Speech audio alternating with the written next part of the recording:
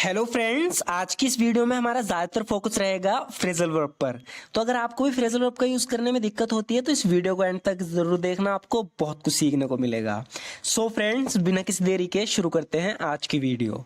So friends, यहाँ पर ये कोई मूवी देख के आए हैं, उसके बारे में बता रहे हैं, कह रहे हैं कि मूवी इतनी अच्छी नहीं थी जितनी हमने उम्मीद की थी। इंग्लिश में बोलेंगे the movie wasn't as good as we expected. तो ये हमने बिना फ्रेजल वर्ब के बनाया है। अब इसी सेंटेंस को हम आगे फ्रेजल वर्ब के साथ बनाएंगे। तो सबसे पहले तो इसे देखो, कह रही है कि the movie wasn't as good as we expected. Expected यानी उम्मीद करना, यानी the movie wasn't as good as, movie इतनी अच्छी नहीं थी जितनी वी एक्सपेक्टेड, हमने उम्मीद की थी। अब फ्रेजल वर्ब के यूज करके आप इसे दो तरीके से कह सकते हो। आप तो एक तो आप कह सकते हो कि the movie didn't come off as well as we had hoped. The movie didn't come off as well as we had hoped, यानी जैसे हमने होप की थी, उम्मीद की थी, मूवी ऐसी नहीं निकली। ये इससे भी बेहतरीन फ्रेजल वर्ब है सेंटेंस को बोलने के लिए। The movie didn't live up to our expectations. The movie didn't live up to our expectations, यानी मूवी हमारी उम्मीदों पर खरी नहीं उतरी। यहाँ पर उम्मीदों पर खरी नहीं उतरी का कहने का मतलब है कि मूवी इतनी अच्छी नहीं थी जितनी हमने एक्सपेक्ट किया था, जिसे उम्मीद लेकर हम गए थे, हमारी उम्मीदों पर मूवी खरी नहीं उतरी। इसके लिए हम बोलेंगे लिव अप टू का the movie didn't live up to our expectations, यानी मूवी हमारी उम्मीदों पर खरी नहीं उतरी। हम मूवी देखते वक्त बोर हो गए थे। इंग्लिश में बोलेंगे we got bored while watching the movie. We got bored while watching the movie, यानी मूवी देखते हुए हम बोर हो गए थे। सच कहूं तो मुझे एक्शन मूवी पसंद नहीं है। आगे बोल रही है कि to be honest I don't like action movies. ये सिंपल इंग्लिश है, हम मतलब सिंपल इंग्लिश में, नॉर्मल इंग्लिश में ऐसे बोल देते हैं, to be honest I don't like action movies. तो एक्शन मूवीज की बात चल रही है, कह रहे हैं कि सच कहूं तो हमें एक्शन मूवी पसंद नहीं। लेकिन अगर इसे हम थोड़ा एडवांस्ड इंग्लिश में बोलें तो हम बोलेंगे to be honest I am not really into action movies. To be honest I am not really into action movies. जब तुम्हें कोई चीज पसंद होती है तो आप इस तरीके से कहते हो कि I am really into it. I am really into it मतलब मुझे बहुत पसंद है, मुझे ये करने में बहुत मजा आता है।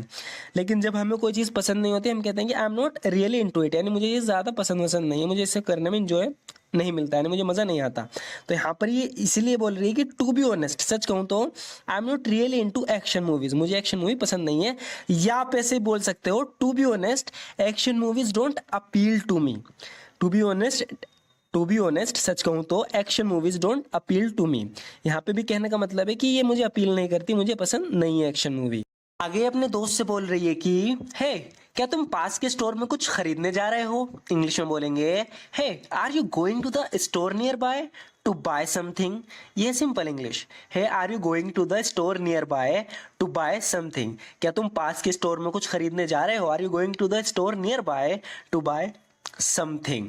अब हम इसे थोड़ा एडवांस्ड इंग्लिश में बोलेंगे फ्रेजल वर्ब का यूज करके। तो इसे हम बोलेंगे are you heading to the nearby store. पीछे हमने क्या कहा था, हमने कहा था are you going to the store nearby. यहाँ हम बोल रहे हैं are you heading to the nearby store. कहने का मतलब यही, क्या तुम पास के स्टोर में जा रहे हो। आगे कह रहे हैं कि टू पिकअप एनीथिंग, यहाँ पर पिकअप का मतलब है कुछ खरीदने से। Are you heading to the nearby store to pick up anything. तो जब भी हम किसी से कहते हैं कि तुम आते वक्त कुछ ले आना, यानी खरीद के ले आना, तब भी हम पिकअप का यूज कर सकते हैं। जैसे हम किससे कह रहे हैं कि can you pick up some milk on your way home, क्या तुम घर आते हुए दूध ला सकते हो। इसी तरीके से यहाँ पे पिकअप का मतलब हुआ है कुछ खरीदने से, कलेक्ट करने से। तो कह रही है कि are you heading to the nearby store to pick up anything, क्या तुम पास के स्टोर में कुछ खरीदने जा रहे हो। We will come along if you are going there.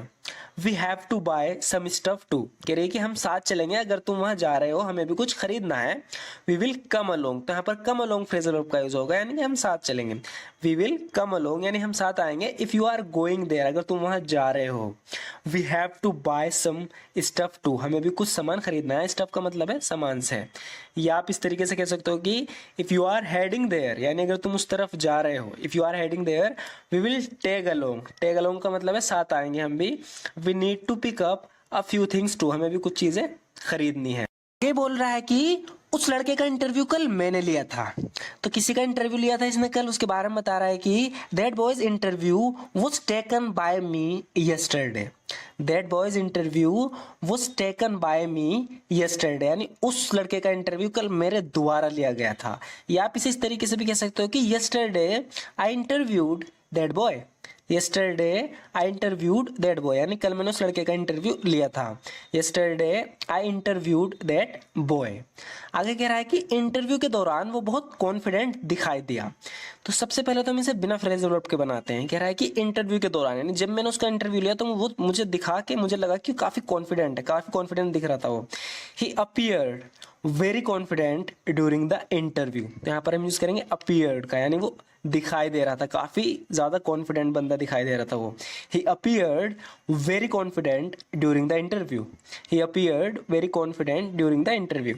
यहाँ पर हम अपीयर की जगह फ्रेजल वर्ब का यूज कर सकते हैं, he came across as very confident in his job interview. यानी जब वो जॉब इंटरव्यू अपना दे रहा था तो काफी कॉन्फिडेंट निकला वो। ही केम अक्रॉस, यानी दिख नहीं रहा था, but he came across as very confident in his job interview. अपनी नौकरी के इंटरव्यू के दौरान वो काफी आत्मविश्वासी निकला, यानी कॉन्फिडेंट निकला। आगे उसके बारे में बता रहा है कि एक चीज जो उस लड़के को सबसे अलग करती है वो है उसके बोलने का तरीका।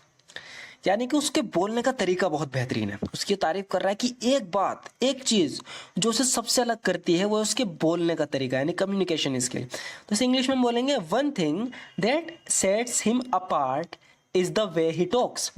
One thing that sets him apart. तो सेट अपार्ट का यूज क्या है, अलग करने से, यानी कि सबसे उसे अलग करती है। One thing that sets him apart is the way he talks. एक चीज जो उस लड़के को सबसे अलग करती है वो उसके बोलने का तरीका, या आप ऐसे कहोगे the way he speaks. The way he speaks sets him apart from other guys. The way he speaks sets him apart from other guys. यानी जिस तरीके से वो बोलता है ना, वो तरीका उसे दूसरों से अलग करता है, दूसरे लड़कों से अलग करता है। या आप इसको थोड़ा अलग ढंग से ऐसे बोल सकते हो कि एक चीज जो उस लड़के को सबसे अलग करती है उसके बोलने का तरीका, हम कहेंगे the way he speaks is what makes him unique. Unique मतलब अनोखा, यानी जिस तरीके से वो बोलता है उसे अनोखा बनाती है। The way he speaks is what makes him unique. तुम्हें तय करना होगा तुम ट्रेन से जाओगी या हवाई जहाज से। तो ये कहीं जा रही है, इससे पूछ रहा है कि you must decide whether you will go by train or by plane. You must decide whether you will go by train or by plane, यानी तुम्हें तय करना होगा कि तुम ट्रेन से जाओगी या हवाई जहाज से। You must decide whether you will go by train or by plane. कह रही कि आई हैवंट डिसाइडेड येट, यानी मैंने अभी डिसाइड नहीं किया, फैसला नहीं किया। I haven't decided yet but I prefer flying to going by train.